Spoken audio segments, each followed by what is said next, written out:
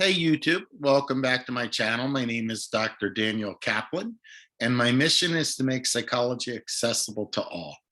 In today's video, we're going to talk about borderline personality disorder. Borderline personality disorder is one of the more popularized conditions in the DSM, but there are a lot of misconceptions around it. So in today's video, you're going to be able to identify the symptoms of borderline personality disorder. You're going to be able to understand some of the causes or origins of borderline personality disorder, and we'll discuss some treatments. So without further ado, let's talk about borderline personality disorder. People with borderline personality disorder show great instability, including shifts in mood, unstable sense of self or self-image, and impulsivity. We see with many people with borderline personality disorder that they struggle with relationships, whether they be romantic relationships, whether they be familial relationships, whether they be friendships or even coworkers. So the interpersonal relationships can be quite difficult.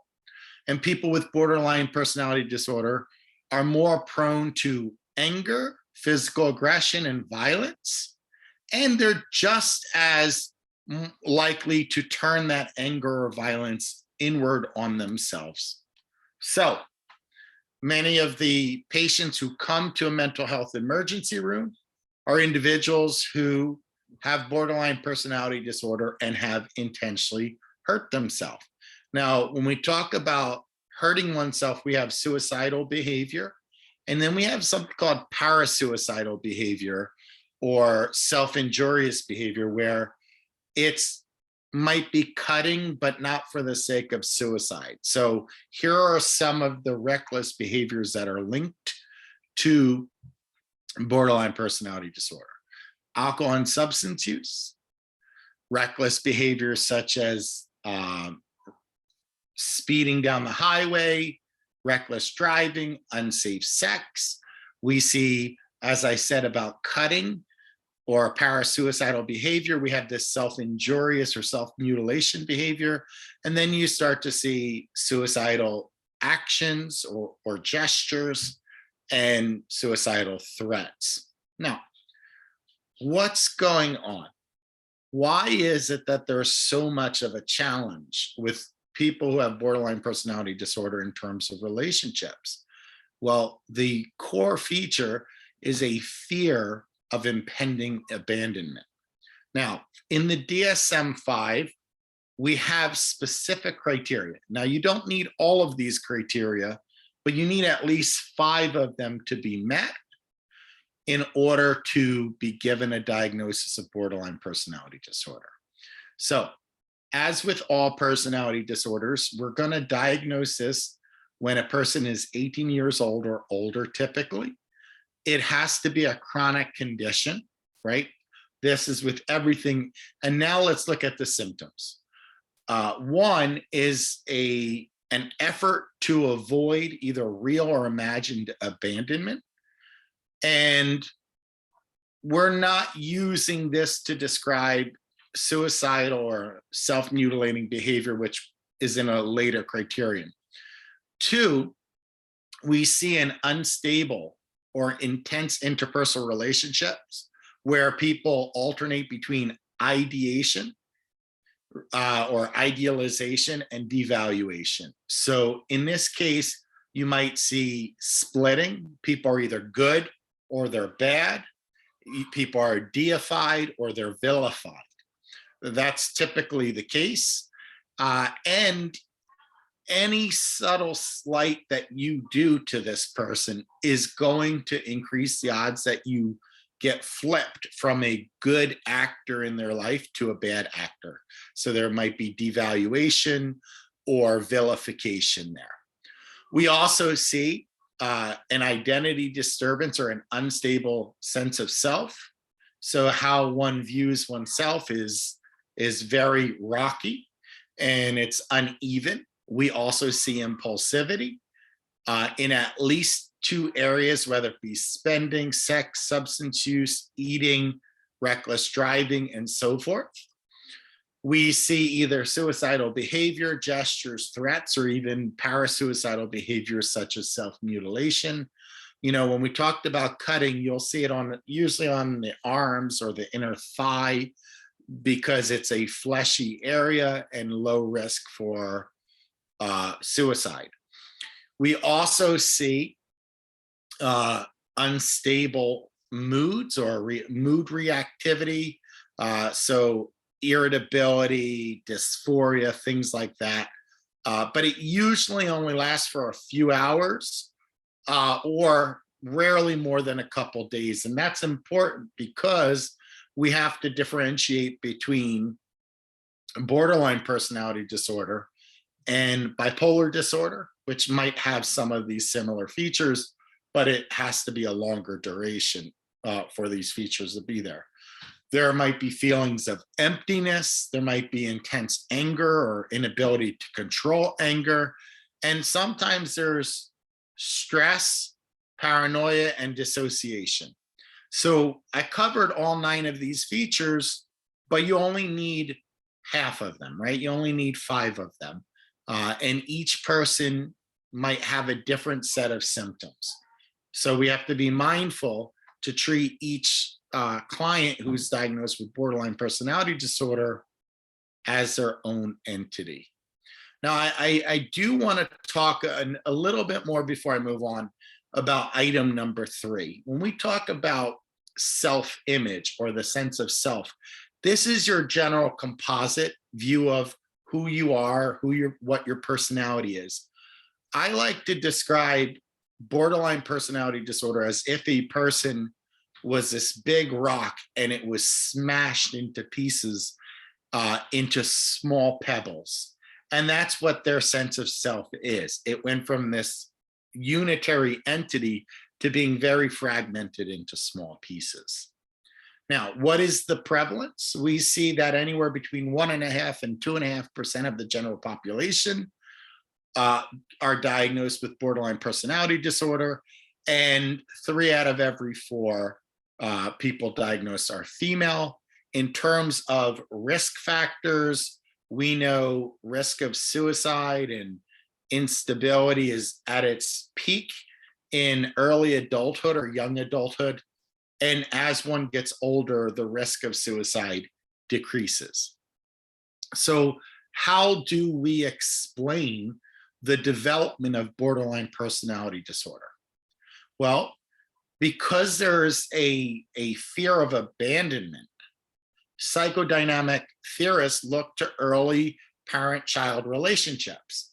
And if there are problems there, whether it be due to abuse, neglect, or maltreatment, that might be one of the sources of borderline personality disorder. Similar things when it comes to attachment.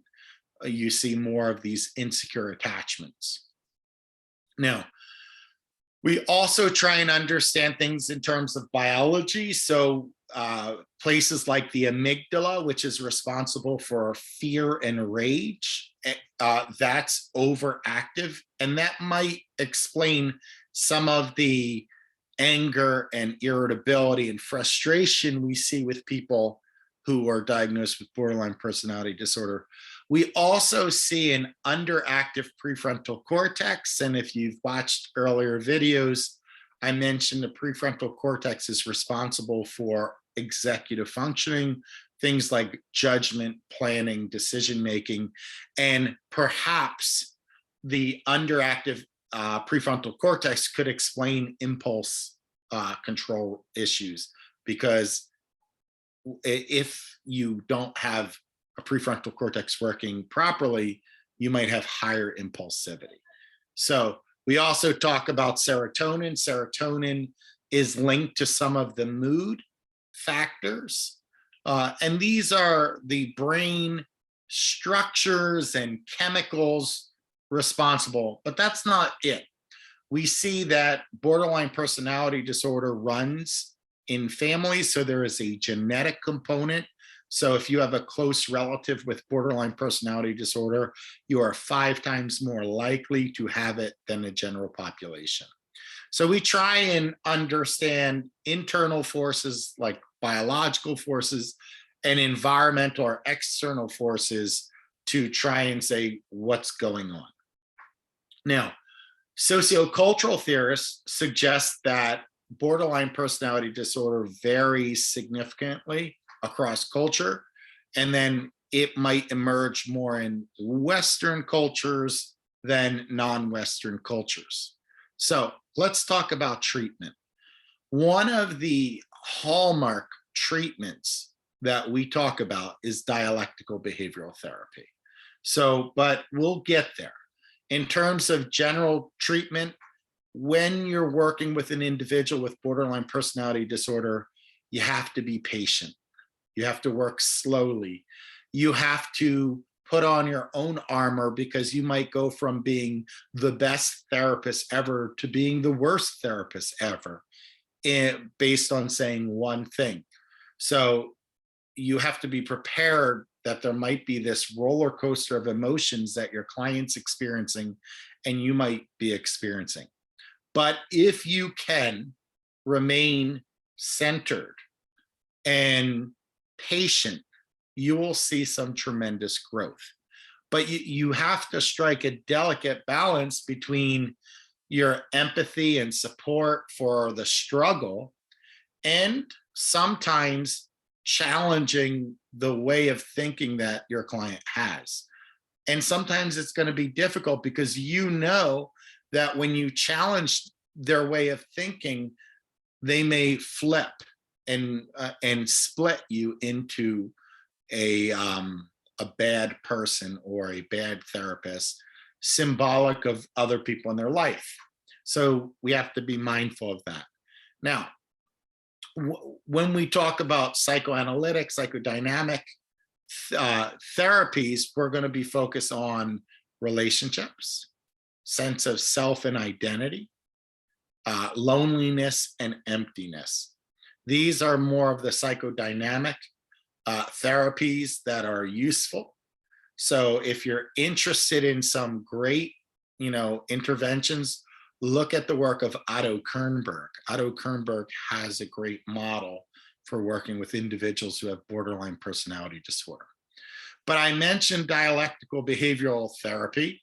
This is one of the gold standard treatments, and it is what we call a third wave cognitive behavioral therapy. That is to say that it's a newer approach and it incorporates non-Western traditions as well. So if you look at dialectical behavioral therapy, sure, it has some features of our traditional cognitive behavioral therapy, but it also has elements from Zen Buddhism, such as mindfulness and being able to control one's emotional state, right? Distress tolerance and things of that nature. What's interesting, one random fact about DBT or dialectical behavioral therapy is that it was created by Marsha Linehan. And Marsha Linehan created this therapy originally for herself. So she has borderline personality disorder. She was dissatisfied with many of the treatments, and she came to a certain understanding and developed her own model to treat. And then she worked on herself and then applied it to some of the more severe pathologies, and it worked. And people who weren't responding to traditional cognitive behavioral therapy or psychoanalytic models started to respond and grow.